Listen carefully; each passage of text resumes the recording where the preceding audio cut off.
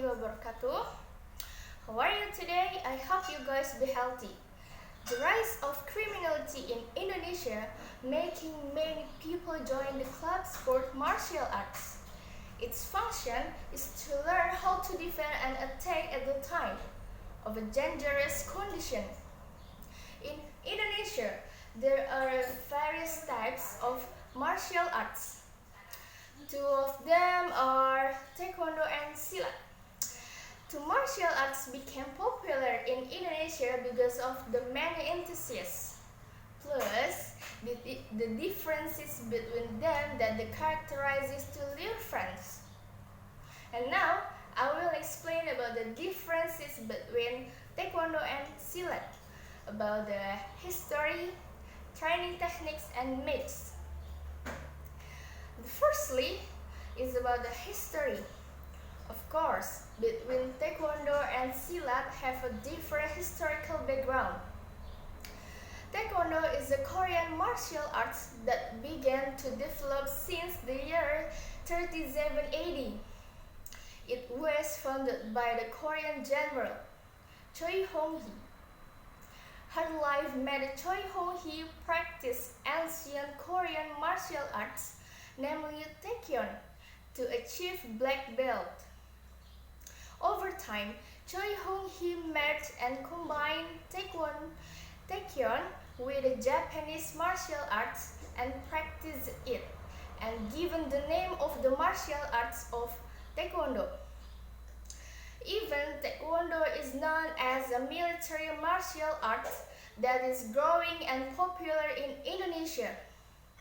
In contrast to Taekwondo, Silat is estimated to spread in the archipelago in the 7th century AD. The spread of Islam in the 14th century in the archipelago was taught in conjunction with Silat. Silat developed from martial arts and folk dance, which became part of spiritual practice. Not only that, Silat also became part of the country's defense education to face the foreign invaders. Until now, the origin of Indonesian martial arts has grown to foreign countries, especially in Asian countries. Even the interesting fact is that Indonesia is the official language of the martial arts branch. The secondly is about training techniques. Because Taekwondo and Silat is a type of martial arts, so the training techniques in both martial arts are the same. The techniques taught are horses, kicks, punch, blocks, and blows. But the focus technique is different. The Taekwondo movement uses the foot more in training techniques. In training techniques, the feet are trained to generate speed. The result will be felt at the time of the match, which indeed dominated the kick as an attack. In contrast to Taekwondo, martial arts movement balancing between hand and foot movements.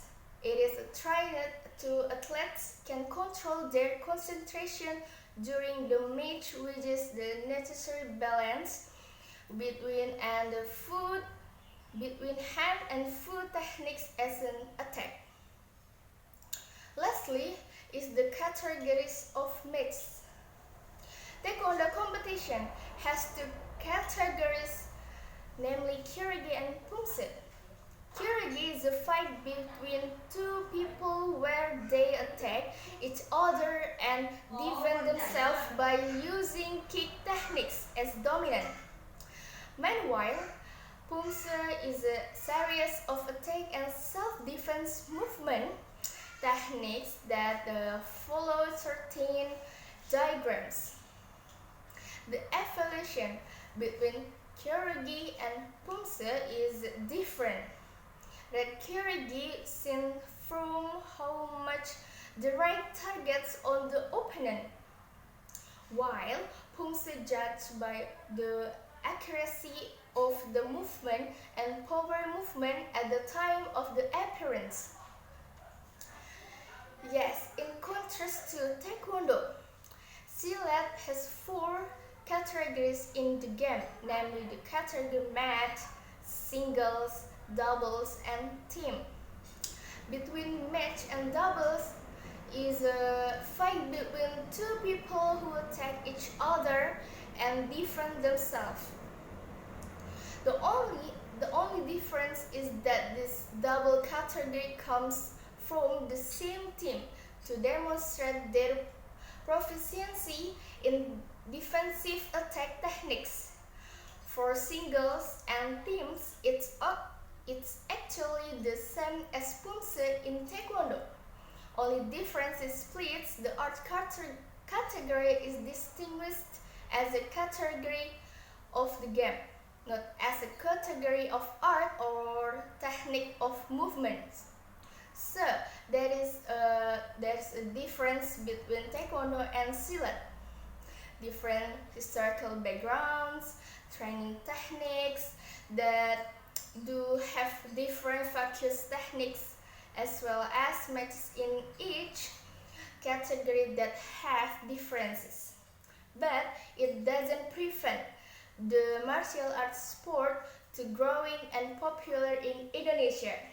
Thank you. Wassalamualaikum warahmatullahi wabarakatuh.